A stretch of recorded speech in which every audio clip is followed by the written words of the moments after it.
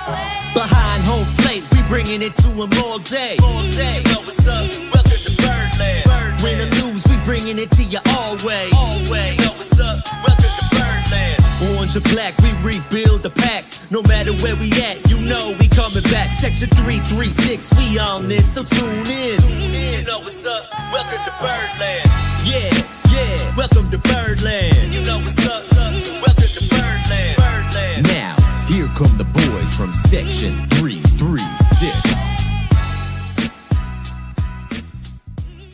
Ladies and gentlemen, boys and girls, Baltimore sports fans of all ages, welcome to Section 336, Next Generation Baltimore Sports Talk. I'm your daily starting host, Matt Soroka. As always, I'm joined by the button lover, Josh Soroka. Hey, Josh. Hey, Matt. Surprised you haven't traded me this week. There's been so many trades. Yeah, well, we threw your name out there, and, just like Zach Eflin and Sagano, you just can't trade everybody. You have to have takes two teams to make a trade here. Yeah. Yeah. We talked last week. The roster looks quite a bit different. I looked. There's been 9 people traded in like the past 2 weeks. With the Orioles doing this. Yeah. And I mean, that's a huge roster. I think, was it the White Sox? No, the Cubs series where it started with 2 guys in our bullpen that were in the bullpen at the beginning of the season. Yeah. So it was already getting wild even before that. And then,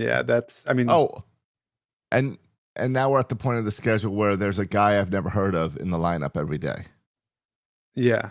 And were you prepared for the pinch hitting of Noda yesterday? No, I didn't know who Noda was. I had no idea. Yeah, I saw MLB Trade Rumors had some kind of headline before the game, like Orioles might have found the replacement to Ryan O'Hearn, which is such a stupid headline, but it was about Noda, so I had some indication of Noda. Well, and I saw that they sent Vavra down and Noda up, but I didn't know who Noda was. Yeah. And he came through with the big hit yesterday. Didn't matter in the end, but it was fun to see him come through with the big hit. Yeah. It's I don't know. It's frustrating because the Orioles didn't play horrible in Chicago, but they didn't play good. Like, it's fun to have a complete game, 1-run game by Trevor Rogers, who we keep looking at and saying, is Trevor Rogers, did he really figure it out? Right. Is this always going to stay together? So to get that is amazing. But then you're telling me this team cannot score 1 run, and I'm supposed to be hopeful for the future of these young kids? That's frustrating. And I was looking at that lineup kind of coming after the trade line with the Cubs, and I was like, oh, that's still a pretty good lineup. I mean, you still have Westberg and Gunnar and Colton and Mayo and Holiday, and Rutschman. You can still roll out a similar top kind of 5 or 6, and so you would hope that but the Cubs are a good team. It's not they are, but it's any time to see this team just get shut out is frustrating. Yeah, I agree, and it seemed like both those games that we lost were winnable games, though we've been saying that all year. Yeah, true. You mentioned we traded away 9 guys. We also got back 16 prospects in return, which is the most out of any team. We did, and there's some good prospects. How do you want to do this? Do you want to look at Mike Elias overall for how he handled this, or do you want to go through each trade? I mean, we can go through the trades. I can't give you. You could find other places to get better analysis on these minor league prospects than we could offer. No, and we're going to be just doing overall global like this. I think it's safe to say we're not in a rebuild mode, even with all these prospects. Yeah, I agree. And based on the comments by Mike Elias, he seems to think like it's a retooling. But again, you can say that and we can say that, but I think everyone's waiting then for okay, what comes next now? And that's what I want to talk about today as well, is what comes next. Yeah. All right. So let's just go through them real quick. All right. We can start with the first trade, the Brian Baker. We got back the competitive balance pick, who turned into Slater DeBron, who people seem to like. I was reading, I don't know how much you read about this. I was reading a little bit about not just the DeBron pickup, but our kind of draft class as a whole. And a lot of people are giving us, I don't know, but a lot of people are giving us great grades on how we did in Right. the draft. And we got the most players But you out of the never know draft how as any much is team. that. You never know how much of that great grade is that baseball is such a crapshoot that we just have the most players. Yeah. And so it's like we have the best chance because we're throwing the most out there. Yeah. And we are, as Oriole fans, we're jaded by past experiences of top picks. And we've talked in the past about, can't miss guys like Dylan Bundy who missed. But you don't need to go back that far. I can't get past, and I don't know how long it's going to take me to get past we had too many outfielders, too many left-handed hitting outfielders last trade deadline. So we had to trade really a kind of an unnecessary trade, but just to clear up roster spots. We ended up trading Kyle Stowers and Connor Norby. Yeah. On what we saw in the minors and the majors, it would be really hard to make a case that that Heston Kjerstad would be a bust and Kyle Stowers would turn into an MVP caliber player. So, and that's not even just being drafted. You had No. AAA sample size, you had major league sample size, and Kyle Stowers was not good when he Right. played in the majors for the Orioles, but he figured it out. So, yeah, so I'm with you. Even the prospects, it's Just prove it. It's impossible. And I know Kjerstad has had a lot of health issues, and I'm sure that's part of it. And it's playing time. Stowers gets to play every day in Miami. So I'm sure there's some of that as well.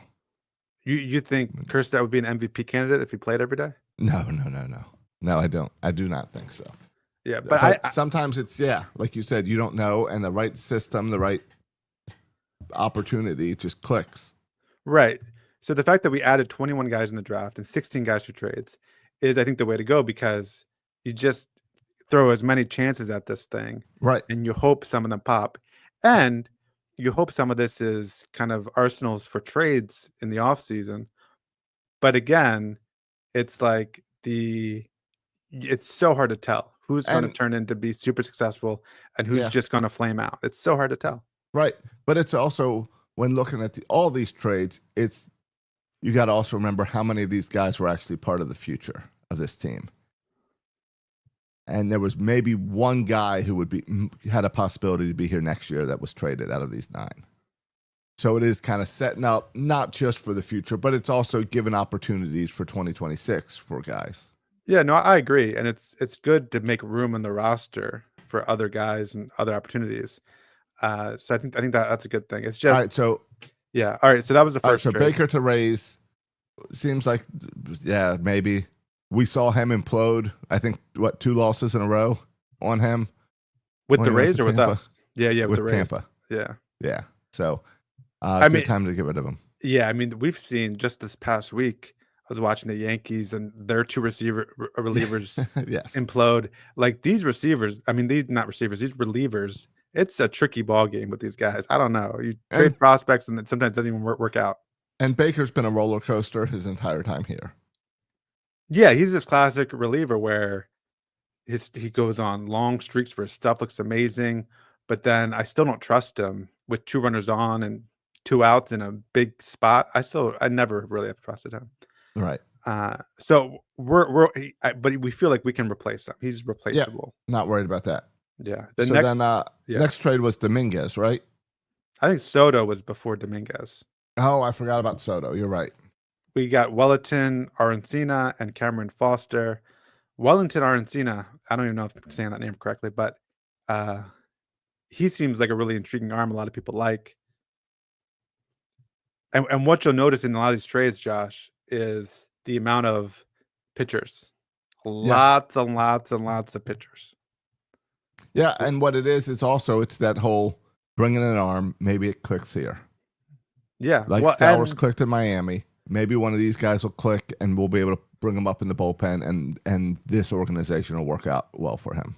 Yeah, and I think it's been a fair criticism of Elias is the lack of pitching prospects and pitching arms brought to the majors. There really aren't there because we've invested so much draft capital in position players. Yeah. In 20-year-old blonde boys. That's right. So next is the Dominguez. Yeah. For another right-handed pitcher, Roran Watts Brown. Yeah, which is their number 10. Well, in the Blue Jay system was number 10. And that's what's neat about all these prospects we're bringing in is our top 30 is going to be completely different thanks to these prospects. Yeah, I So, agree. I mean, they've all been added to our. I wonder what's the number of new. How many of them fit into our top 30? yeah, I'll have to look it up. But this was just a fun trade because it was between doubleheaders. Right, and so he pitched in the second game of the doubleheader. He did with his upside down 8. Yeah, we should have used him the first game because he pitched really well too. Yeah. And then also it's funny that in Bowie, it was a similar thing where the Toronto Blue Warren Watts Brown was able. They're playing the Chesapeake.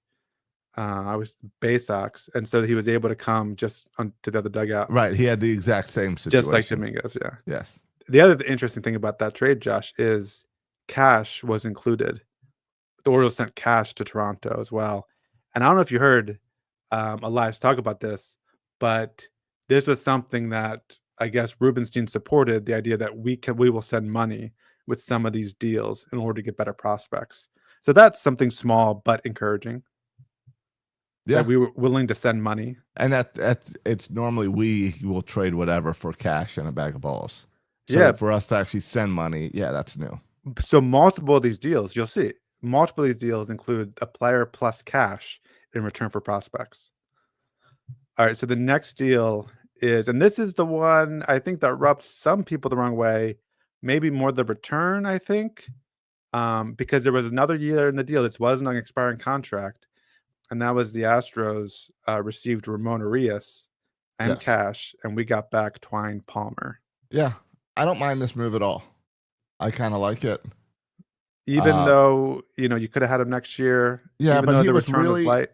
he was really just here as a placeholder for when guys get hurt. And if Westbrook can stay healthy and Gunnar stay healthy and Holiday stay healthy, there's no need for Urias. I feel bad for him because we traded him to Houston and it's like, oh, I'm going to get all this playing time and get to play third base every day. And then, 3 hours later, they sign Correa? Yeah. Or trade for Correa, and he's now back on the bench. Yeah. But he's on a playoff contending team. And I always saw him. Exactly. But I always saw him as a placeholder here. I didn't see him as part of the future. I was calling for them to trade him last offseason because I didn't see his spot here. Yeah, that's the thing. We were debating who should we cut, Mateo or Arias. I'm surprised. It's actually almost shocking to me that Mateo and Arias have lasted on the roster this long. Correct. There are all these kind of young players coming at this point, we're done with both of them. Yeah. And so to get anybody in return, it's fine. Like, I thought he was a question mark to even, that someone would come back next year. Yeah. Even though he was in a country for one more year. Yeah, I saw him. I did not see him being traded. I saw us just releasing him at the end of the year. Yeah, I thought it was. Yeah, I thought that was going to be an interesting conversation. Mateo is always interesting, and then Ryan Mountcastle, I think it's going to be interesting because we can talk about this later, but he has one more year left in arbitration, and what to do with Ryan Mountcastle, I think it'd be an interesting discussion as well. All right, so we're both okay with that, and I think Twine Palmer is a cool name. Twine is a cool name, and of course, an Oriole with the last name Palmer is good here. Yep. All right, next one, and we saw this. I mean, we're just seeing this all the time now. We play the Astros, in 2 series, I think? We played the Cubs this series, so we got to see Kittredge pitch yesterday. So the next one, Andrew Kittredge goes for shortstop Wilfrey De La Cruz. Are we okay? And Kittredge is another guy that was under contract for 2 years, so he had another year, and we traded him away. Are you okay with that? I'm fine with that. I don't think we've seen a whole lot from Kittredge this season to get excited for. I think Batista, I know Batista's hurt now, but we saw enough to see that Batista can bounce back from Tommy John. So I'm okay with passing on Kittredge. Yeah, and I mean, Andrew Kittredge missed the first half of the season with knee stuff. Yep. And he's 35 now, so next year he'll be 36. So, yeah, I think this is a good time to move on. And we love flexibility in our bullpen. Yeah. Yeah, and again, I think if you wanted to address it, I mean, now you're kind of having tryouts for all these relievers now, so maybe you'll find an in-house option. Or this is a Kittredge signing. I feel like there's several of those kind of guys in the offseason you could sign. Yeah, no, I agree. All right. The next one, this one hurt some feelings, Josh. Feelings were hurt. The Mets. You agree this was the one that hurt the most feelings? Forget that got the feels the most. Feelings, yes. Yeah. As far as hurting the team, no. All right. The Mets receive Cedric Mullins. We get back Raymond Gomez, Anthony Nunez, and Chandler Marsh. I thought this was, again, I don't know how these guys will turn out, but I thought this was a pretty good return for half a season of a fourth outfielder. Yeah. No, I totally thought it was good, especially when we saw his struggles at the plate. We know he's a career 240 hitter. We've seen his defense, and he makes flashy defensive plays, but then when you look at the stats, it shows him as like one of the lowest ranked center fielders in baseball. So that's one of those where I was surprised to get so much, because on paper, it doesn't appear that he's worth that much. Yeah, and yeah, I think those, we talked about before, I think those metrics are nonsense.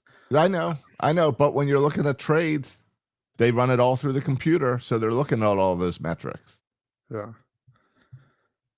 But again, to get all pitchers too, so just interesting. Yeah, that's where we got our Arcina. Was Wellington Arcina was one of those guys? No. We already talked about him. Oh, okay. He was in the Soto trade, but another Gotcha. kind of Mets deal. All right. So we got a bunch of prospects from the Mets. Yeah. Well, that guy is number 22 in our top 30 right now. 22? Yeah. Okay. I don't know did any of these guys make our top 30? Gomez, Nunez, or Marsh? I don't believe so. Okay. That's what I was trying to look. It's kind of hard because I can't. I just gotta pick out names I recognize. Yeah, that's fine. When trying to look at the top 30 list and see, they don't show me who wasn't there 2 weeks ago. Yeah. All right, so we're okay with that one. Yeah, feelings, yes. So I think, and I do want to do, I think stat by stat, I think it's a really interesting discussion. Who was a better Oriole, Cedric Mullins or Adam Jones? Oh, really? I think you look at Adam Jones as Mr. Oriole, but who played a better center field? Oh, my. I wouldn't even think that's a discussion. I would have to go back and look at the stats, but I wouldn't even think that's a discussion. I don't know. I think it's pretty close. And I think that's part of Cedric was here longer, right? I think they were both here about the same number of years. Let's see. Adam Jones was here 10 years. Career average 279. Cedric Mullins, career batting average 255. All right, you're right. Adam Jones, 263 home runs as Orioles. Cedric Mullins, 87. Adam Jones has 4 Gold Gloves. Cedric has none. All right, I give up my argument. Yeah. I think, all right, Adam Jones is much better. Adam Jones had a career WAR of 32.6. Yeah. Don't look at Cedric Mullins' career WAR. Yeah. The only thing Cedric Mullins has over Adam Jones is the 30-by-30 season. Yeah. And So, Cedric Mullins brought this unique talent of power and speed, and he did have that 30-for-30 year that was excellent. Yeah. And I think he, just based on kind of you talk about prospect, based his ranking, I think he exceeded the expectations for him. He was never number one prospect. So I think he did. And Cedric had that 1 year, that 2021 year, that jars all of his stats. Right. Yeah, that both good and bad, right? Sets expectations maybe a little bit too unreasonable. Yeah. But he's still a productive, good major league outfielder. So I take that back. Adam Jones, clearly better. Cedric Mullins will eventually be in the Orioles Hall of Fame. Yeah. Maybe he'll come back as a banana one day. I'm sure he will. And Oriole fans love him for the exciting plays. And, again, 13th round pick. So never a kind of a highly ranked prospect. Yeah. But was kind of famous for being the successor to Adam Jones. That whole running out on the field thing was cool. And No. That was unnecessary. Okay, I thought it was That was Adam Jones declaring Cedric Mullins is his outfielder. yeah. You didn't see Cal Ripken do a little, let's send Ryan Miner out to shortstop before everyone else. Yeah, I but think it was a little unnecessary. okay, but I think it was less about Cedric Mullins specifically, more about turning over the roster to this next generation of guys. I think it was about Adam Jones making it about Adam Jones. Okay. You think before he was traded, Cedric Mullins should have brought out Enrique Bradfield Jr. to run out to center field? I would have loved that, yes. Yeah. But I don't think Bradfield's ready for center field. No, or the Orioles. Yes. That is nice. That's exactly. All right. So, yeah, that's the feels. Yeah, that's the feels. And you're not closing out the possibility of a reunion one day, too, with Cedric Mullins. I kind of am, but you're kind of keeping that door a little bit ajar. I'm not. I think because, again, those metrics don't look great for him. I'm okay, and I'm open to giving him a short 2-year contract because we don't have the depth in the outfield ready to go like we should. Yeah. All right. Yeah, especially with I mean, and what furthers that argument is the next trade we're going to talk about, our trade with the Padres. Yeah. Where we sent them our 2 best hitters, O'Hearn, well, outside of Gunnar, I guess. O'Hearn and Laureano, our 2 best hitters this year, O'Hearn and Laureano, and Cash again. And we get back Boston Bateman, Tyson Neighbors, Tanner Smith, some great baseball names. Oh, this is a great one. Brandon Butterworth, love that. Cobb Hightower, and infield Victor Figueroa. And I think in terms of names, we crushed this in terms of the names we got back. Great baseball names. And Bateman is now ranked 6 on our top 30, and Hightower is ranked 21 in our top 30. Yeah. So this is a situation where we decided to combine two of our best kind of trade candidates to get back a stronger return. But this is the one where Ryan O'Hearn we knew was going to get traded. I really thought Laureano would be part of this team next year. And that was the only trade where I was like, oh, that stings a little bit. But the return is too good to question it. Yeah. This is certainly the best prospects we got back was this deal. And it makes sense if you trade away 2 good guys. And the Ramon Laureano discussion is interesting because I could see the case, right? This is, if you want to talk about peak value and getting return back for peak value, Ramon Laureano is having an incredible kind of bounce back year. I think there's questions. Is it sustainable? I think that you can make an argument like this is kind of the Cedric Mullins 30 for 30 deal. It's not going to happen again. Right. So you want to capitalize on this great year. If you look, last year he had a WAR of 1.3. The year before, 1.7. The year before, 0.9. So he's never come this close to his WAR since like 2019. So this is kind of a throwback year. He's 30 years old. So I think the Orioles kind of are also banking a little bit on he's not going to be able to repeat this. And you also hope, Colton Cowser steps up his game and, you get production other places. But yeah, I was a little disappointed because I thought he could be an important piece on a team that needs more hitting, but it's a good return. Yeah. It feels maybe now, last week we talked about needing to sign 1 outfielder. Maybe now we say we need to sign 2 outfielders. Yeah, it's definitely a sign 2 outfielders, and that's why I do keep the door open for Cedric Mullins. Yeah. I guess. Because as long as he's not the best outfielder we sign. No. But right now your or only trade outfielder. Right now your only outfielder next year is Cowser. You don't feel good about Jeremy Jackson out there just dropping easy fly balls? Jeremiah Jackson. Not the way to start the game. What about and Mateo? I don't know if Mateo's still alive. I know he's still on the team. I don't see Mateo part of this team next future year. Center fielder, Jorge Mateo. I don't think he's a future Oriole. I don't know when his contract's up. He has 1 more year of arbitration, I think. The only thing he's had, the advantage for Mateo has been speed. And as he gets older and the kids get younger, I don't think he's the fastest on the team anymore. Yeah, here's our list of outfielders according to MLB.com. Jordan Adams, Dylan Carlson, Colton Cowser, Heston Kjerstad, Tyler O'Neill is our list of outfielders there. Yeah, one of those guys you can count on for next year. Yeah. Yeah, maybe. I mean, Dylan Carlson's interesting, but again, he seems more like a depth piece. And Tyler O'Neill, we talked about before, his whole thing is health. But I even if he's think- healthy, he's a platoon guy, not an everyday outfielder. And the interesting part with that, with the outfield, is going to be Dylan Beavers.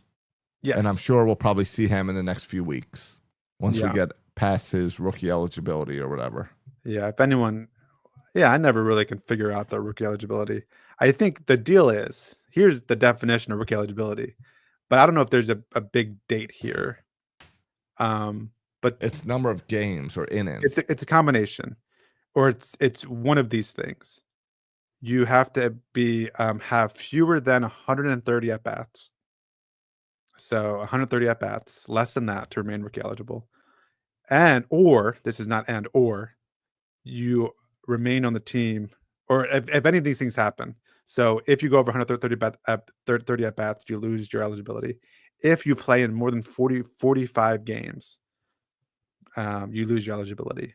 But the weird thing about that 45 game number is, I'm pretty sure it doesn't count September 1st when they expand the rosters. If you're on expanded rosters, It is. it doesn't count. Yeah, I towards that just 30 looked it up. days. It is not 45 games. It's 45 total days. Yeah, 45 on days the roster, on the roster. Yes, excluding September. So Yeah. that one we're fine with right now. yeah. So it'd just be keeping the at bats down, which Right, but the at bats, but won't be an 100 issue. We can control the at bats. yeah, unless he hits a lot in September. Right. Where if they wait until September 1st, it doesn't matter. He stays a rookie. Right. All right. So that's something. So, I mean, and that's true for Beavers, who's putting up kind of great numbers this year Yeah, in the minors. So he's an exciting outfielder. And then Basayo, of course, as well. It's going to be the same discussion. Basayo and Beavers is number 3 in our top 30 right now. Okay. And Well, Basayo's Basalo's number 1, obviously. Yeah. Who's number 2? Enrique Bradfield Jr., Okay. Yeah. who's But not having a great year. yeah. Well, he's had injuries too. So it's been a bum year for him. Yeah. Then our next outfielder is Nate George and Vance Honeycutt, which are at A and high A. So we don't have depth. Yeah. I mean, this year in the minors, Enrique Bradfield Jr. has only played in 43 games. So that's Right. discouraging. He's going to end up dropping down this offseason in those rankings because of that. Yeah. That's too bad. Because he's struggling. Yeah. Struggling to stay healthy. I think it's the big struggle. All right. Let's see. We have one more trade to get to. And this was the last minute. You thought, oh no, they're not going to trade this guy. I thought for sure. This is one of those 401s or 601. 601 announcement. Yeah. And that's the Charlie Morton goes to Charlie Morton plus cash again, goes to Detroit for another pitcher, a left-hander, Micah Ashman.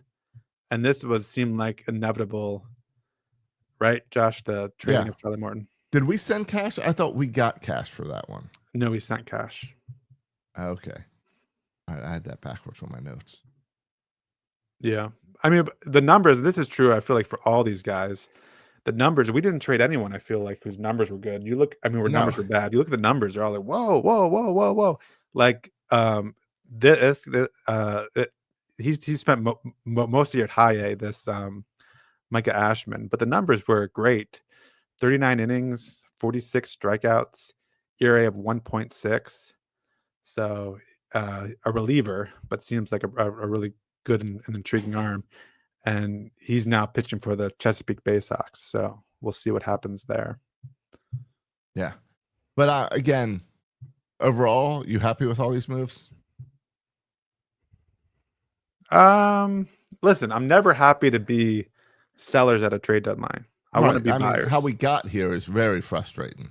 Yeah, but if you kind of look at the totality of these moves, how we were able to kind of bring in so many, not just prospects, so many arms, a lot of kind of intriguing arms. I think, and this is, listen, I'm not surprised that we did well. This is Elias's thing. Elias is great at identifying prospects. He's great at the draft. He's great at. I mean, everyone says this, and so I'll believe him. He's great at he's great at this. He's great at getting returns and trades. He's great at the draft.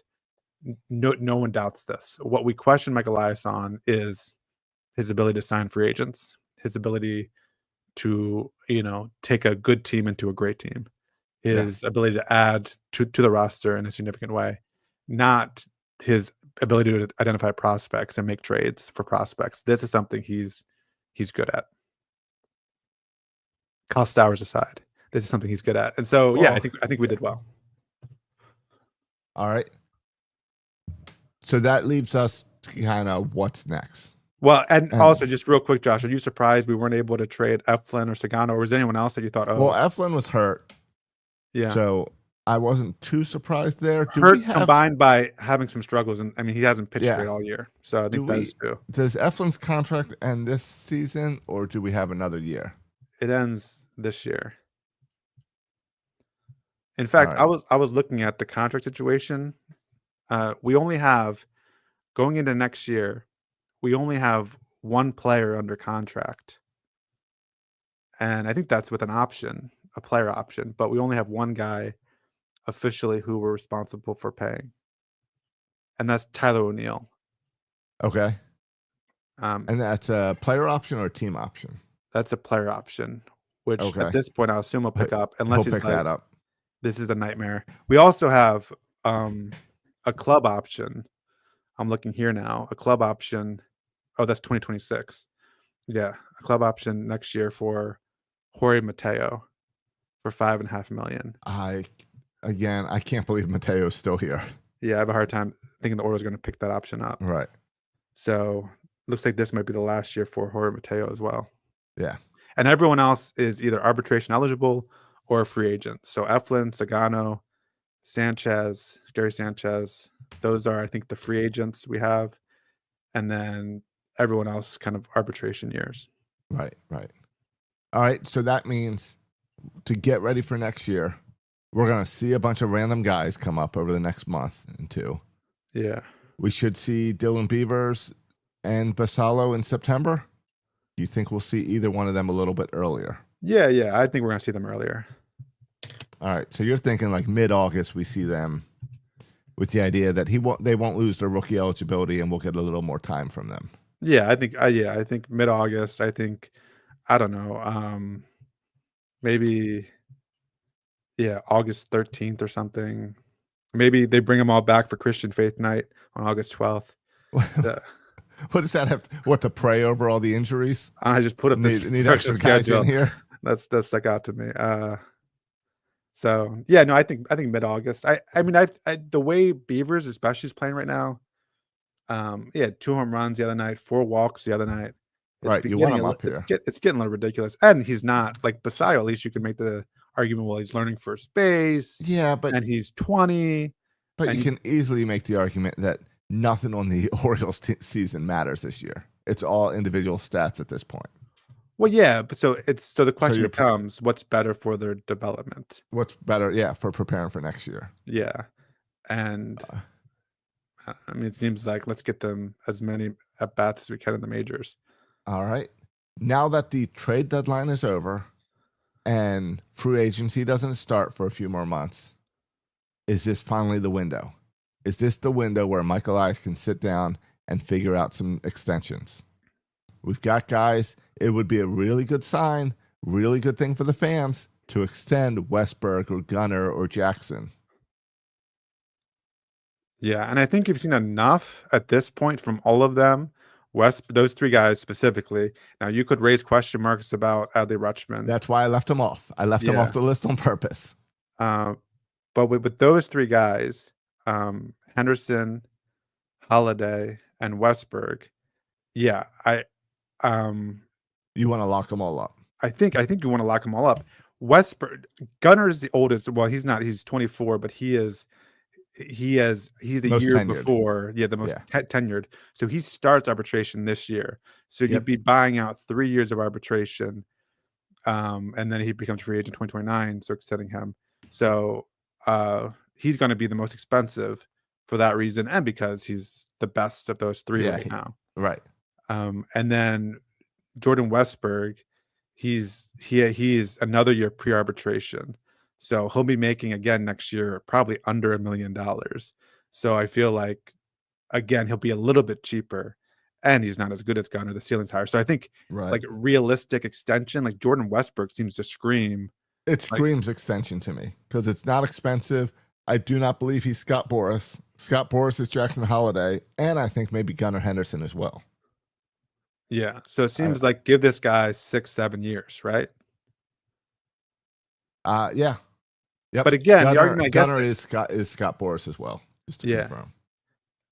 But I guess the argument against that is, well, usually when you see these long, like you want to sign your elite players. Jordan Westberg's a really good player, but he's not. Jordan Westberg is represented by Scott Boras as well. Okay, so they all are.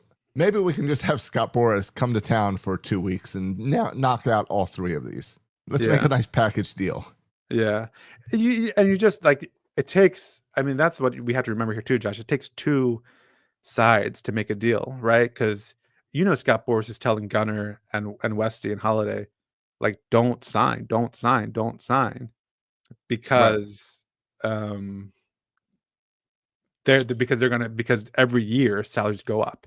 Now there is also this, and I don't know how agents and teams are going to handle it, but there's this another looming potential issue. In 2027 strike. Yeah, for them to reach another kind of agreement between the owners and the players. But isn't that also a reason, like, that is owners wanting a type of salary cap? So wouldn't that make more incentives for players to try to sign long-term now? I would think, but then there also might be incentives by the owners to not sign now for those same reasons, right? Right. Yeah, sure. All right, maybe we do just sign Adley and Colton Cowser since they're not Scott Boras agents. And put a little pressure on. Boys, don't you want to be around with your pals?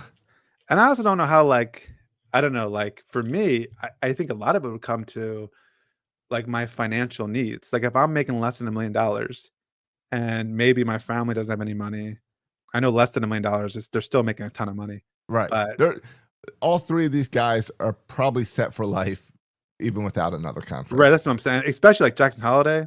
I mean, his dad was a major leaguer for how many years? Like Jackson Holiday is not. He doesn't need the money right now, and I don't know what the financial situation is of the other players, but it seems like if they wanted to, they can hold out. Now they risk being hurt or something, but position players less likely. Right. So I just think it's yes. The Orioles should pursue hard extensions with these free agents. I mean, with these young core players, but also just the way it's set up, I think they're incentivized to wait. So I'm curious to see and Mike Elias and this front office notoriously doesn't leak stuff either. So I don't think, even if there has been talks going on, I don't think we're going to hear about it. Well, we can get inklings into a winter meeting, Scott Boras press conference. April 5th was the last time there was an article written about the Orioles have talked to Scott Boras about extending some people. And that probably came from Scott Boras saying something. Probably so. I bet it didn't come from anything from the Orioles. So, but yeah, it does.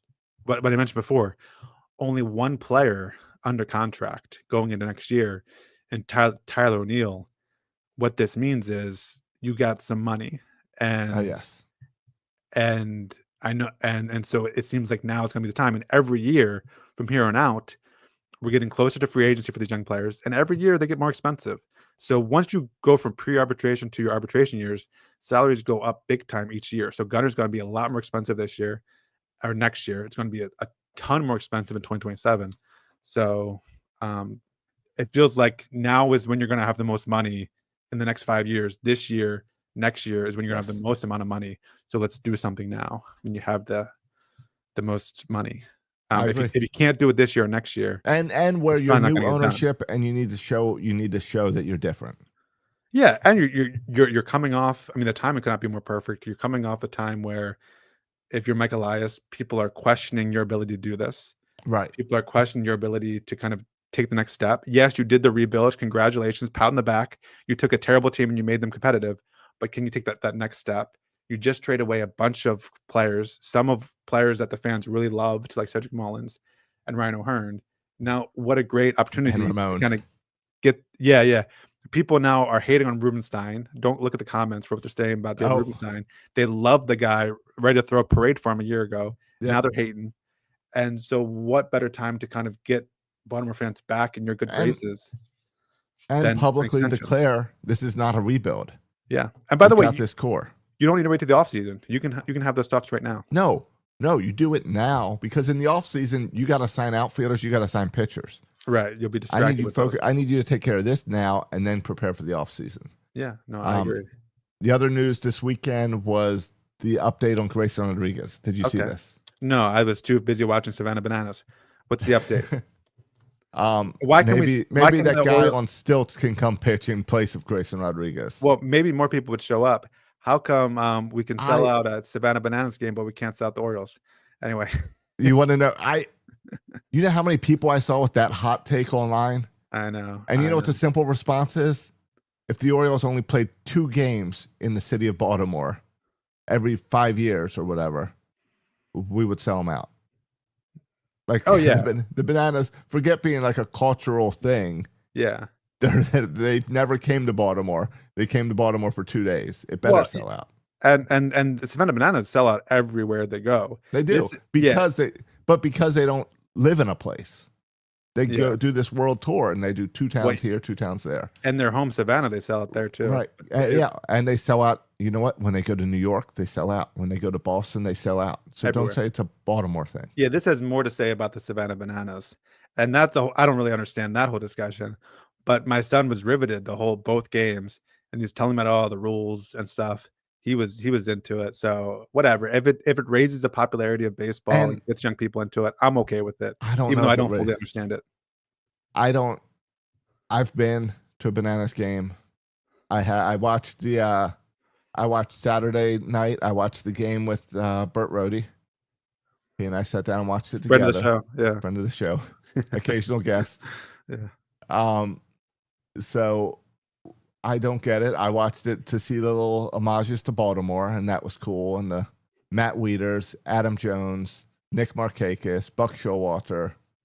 Yeah, it was cool. They brought back the right guys. Whoever's doing PR, they did a great job with. Yeah. I saw that, and my first thought was when Matt Wieters came out, I was like, why have the Orioles not invited Matt Wieters back for anything? Yeah, because true. They should. Yeah, we like Matt Wieters. All those guys, Markakis, Jones, all good memories. Mostly good memories. The question my wife asked, and I didn't know the answer to this. She's like, Matt, and we were like on, you go on Facebook now. Most of our friends are still from Maryland. You see all the people posting their pictures of going to the game and stuff. She's like, does just everyone? Where do they buy? How does everyone have Savannah Bananas gear? These people because she's friends with people who don't even really like baseball. But all of a sudden, are they buying it at the stadium? Yeah, how are they getting all the Bananas at gear? the stadium? At the stadium, they have booths set up outside the stadium and in the stadium. They set up gear everywhere, and they got to be making so much money because the whole thing is focused on kids. And what do your kids want when you take them anywhere? A shirt, a hat, whatever. And then they have all the players are out pregame signing autographs and interacting with the fans. So the kid needs to buy something so the person can sign it. And then they're all young 20-year-old boys who are accessible, so all the women love them.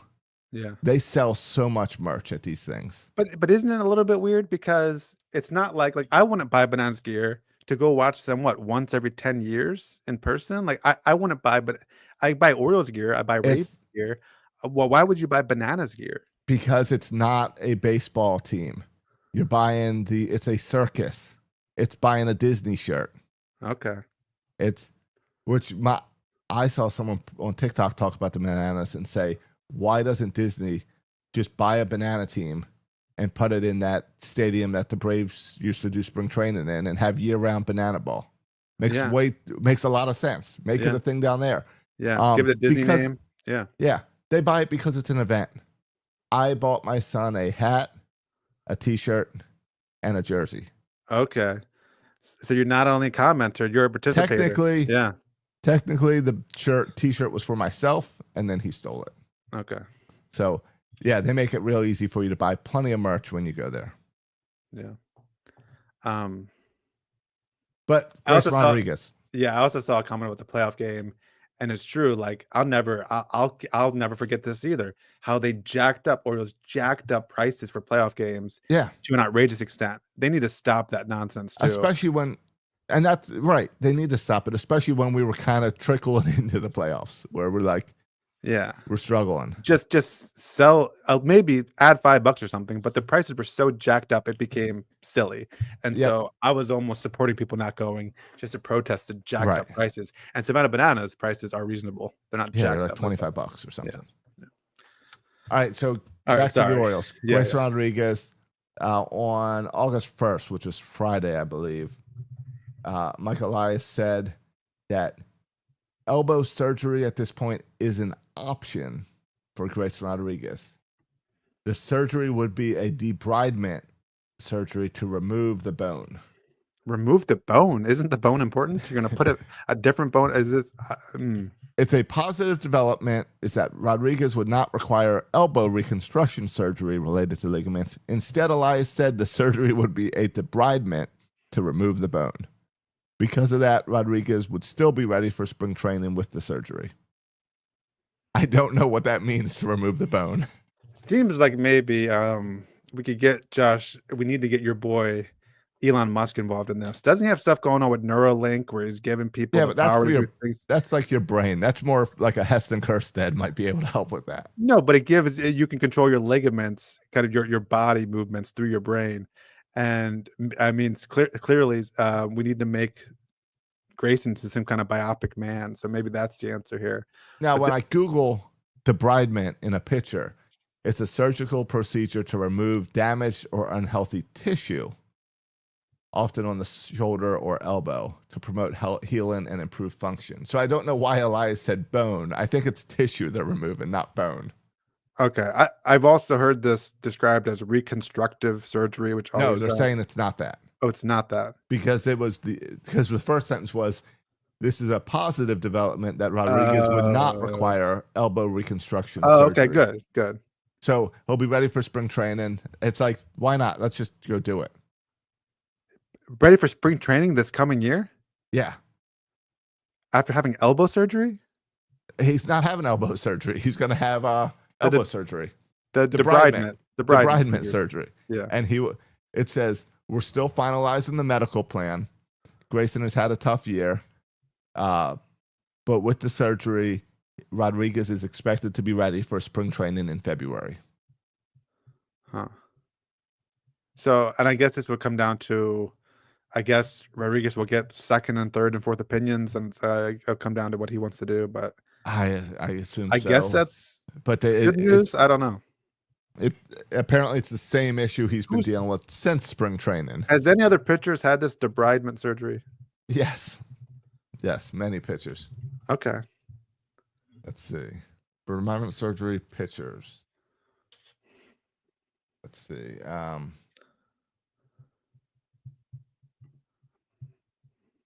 Who? Jake Odorizzi? Yeah. Had it? Oh, no, that's a bad example. He missed an entire season. All right, here I found this, Josh. All right, this is what I got. This is from, and this is why my Google search is different than your Google search. I went to the Journal of Shoulder and Elbow Surgery, and there's an academic paper on this about MLB players who had the surgery. Here's the numbers: 39 MLB players, 26 pitchers. Within the first 3 seasons after the surgery, 82% of players returned to play at the MLB level. I don't know if that's encouraging or not. Here is a good example. Jacob deGrom had this outside of his Tommy John. Rich Hill, Chris Carpenter, Noah Syndergaard, Steven Strasburg had it on his shoulder. James Paxton on his shoulder. Aroldis Chapman had it on his knee. Recovery time 3 to 6 months for the shoulder and elbow. Results are mixed. Some pitchers bounce back well. Some then require Tommy John. So he's already had Tommy John though, right? No, I don't know. He's always had issues with his side, unless he's. You're right. Have Tommy John in the minors? He has not. All right. Yeah, I'm getting some results. This is the conclusion kind of this article. is that they think it's a viable surgery. They said there was no significant difference between a single season pre-surgery and post-surgery. However, they did say over 3 years post-surgery, players do have a 38% chance to return to the DL, though I wonder how close that 38% chance to return to the IL is similar to pitchers who haven't had the surgery. Right. And there is some concern that there's a slight decrease in velocity from pitchers, average 94 miles per hour down to 92 miles per hour for people who've had the surgery. So maybe also a slight decrease in velocity. All right. Well, it's something to keep an eye on with Grayson, and at least it would give a chance for him to maybe pitch next season. So I guess that's good news. Yeah, I mean, it's better than where we're at, where I'm like, this cat's never going to pitch again. Has he pitched any games this season? No, he started off right. No, because I remember having discussions like he was just maybe 2 weeks or 3 weeks. I'll take it slow with them. And I said at the beginning, I was like, I'm not counting on Grayson for anything this year. Right. And that turned out to be the case, unfortunately. So if you look at, yeah, I mean, that's another discussion. We talked about the need for outfielders, especially with the trading of Laureano. You hope what's happening to Travis Rogers is legit, and then you pair that with Kyle Bradish. I know Kyle Bradish had a bad start. Was it yesterday at Norfolk? But I'm not worried about that. No, he's just getting his pitches in. How many times do we make excuses on those rehab starts of he's just working something out? Yeah. So you hope next year you got Kyle Bradish and Trevor Rogers as your one. Well, maybe you bring someone in, but right now our rotation options are Bradish, Rogers, Kramer, Povich. I watched Brandon Young pitch yesterday. I mean, that's another guy who's kind of pitching for his spot next year, making his impression for next year. I think Brandon Young's an intriguing option, but certainly Grayson Rodriguez's news. I think Elias and the Orioles need to take the approach that he won't be back fully healthy next year, even if he has a surgery. I don't think you can count on Grayson Rodriguez being your number 3 starter next year. I think you have to play as if he's not there. I agree. No, you can't count on him at all. Yeah. And just, I mean, we see it every year, the amount, and the Orioles have been hit stupid hard, but the amount of injuries every year, you need like 10 starting pitchers anyway. Right. All right. So are you still, how much are you watching the games now? You still watching every game? Yeah, actually I have been, just because they've been playing good ball and they've been playing well and they've been good in intriguing games. Like if they would get down 3 or 4 or 5-0 or something, like I would turn it off. But all the games have been close. I mean, like Cubs game where Gunnar Henderson hit the home run and it was the 8th inning. I mean, that's just exciting. Yeah, yesterday's game was exciting. So I'm still into them. I'm still rooting for them to make the playoffs. And still they have been, and I know you're just watching the stats, Josh, but until they've been statistically completely eliminated, I'm still hoping that they can run off, 50 wins in a row. Oh, well. Thing. Yeah, and how about that great performance last week with the Blue Jays to take 3 out of 4 from the Blue Jays and come real close to 4 out of 4. Yeah, so, that was a lot of fun. Like that was fun. And the team's still fun. Yeah, we're down. I mean, I think last time we talked, they were like at a 1% chance to make the wild card. We're down to 0.2% chance to make the wild card. I think mostly because of all those trades. Yeah, those trades. But you're telling me there's still a chance. So as long as, and we're playing a bunch of good teams. So one way to look at it is, oh no, we're screwed because we're playing a bunch of good teams. I look at it as we're playing a bunch of wild card teams ahead of us. We're playing the Mariners. We're playing the Astros. To be fair, every team's ahead of us. Yeah. Well, the Athletics we play, are they ahead of us? We play them next. No, the Athletics are behind us. I believe the Athletics and the White Sox are the 2 teams behind us. All right. Though maybe Elias is probably sitting there trying to wish for us to lose to the Athletics so it raises our chances of the drafts. Of the number 1 pick or a top pick in the draft. Yeah, maybe he's to lose those games. Maybe that's why Beavers and Basalo's not here yet. Wants to lose a few more games. I hope it's simply waiting for next year. Yeah. But I mean, we need to figure out. I mean, that's going to be Basayo. What is he? Is he going to be our starting first baseman next year? Is he going to platoon catcher with? I think he's first base. What's his role next year? I think he's probably moving towards first base because we got to get that bat up here. Everyday first baseman next year? I think so. Yeah. All right. As long as you're comfortable with Adley catching more games. What does that leave with Adley behind the plate? Where does that leave your boy Kobe Mayo? Basalo's playing every day first base. DH. DH for I'm Mayo? fine. In 2026, I want an everyday DH. You do. You don't like the flexibility with the DH spot? I don't think it's working. I think the day off isn't working. Give guys a real day off if you want them a day off. I want a big bat in that DH slot that I can count on every game. You think Mayo's that guy? No, I think Basalo Mayo might platoon first base. Okay, and then DH the other days? And then DH the other days. Yeah. All right. I mean, yeah, I think I would imagine next year they're going to use Mayo kind of like Mountcastle. I think hit him a lot against lefties and occasionally against righties, but mostly against lefties. I think Mayo is Mayo's 2 months to prove he can be your first baseman. Yeah. But Mayo's in a tough spot here because with Basayo coming right behind him, who's a higher ranked prospect and probably a better ceiling and all that stuff. He is. And Mayo can't move back to third because Westbrook's there. So be interesting to see how some of this stuff plays out. Mayo needs to play well enough for them to want Basalo behind the plate. And then, okay. And then you do a rotation between DH, catcher, first base, which keeps Mayo and Rutschman around. And they're playing Basayo almost every day at first base in Norfolk. They are. I heard someone talk about an interesting idea of the Orioles were, I don't know if this is true, but they just kind of speculated the Orioles were shopping Adley Rutschman because that would solve some of these problems, right? You would move Basayo to catcher, it would. Mayo to first, and you don't have some of these issues. And Rutschman, you hope Basayo is better than Rutschman, frankly. Yeah. But I'm also at the same time, I'm tired of all this hype about catchers, the Matt Wieters effect, Adley Rutschman effect, where we bring up these catchers that are going to change the organization, and they don't. Right. So I'm still hoping Rutschman figures it out. Yeah.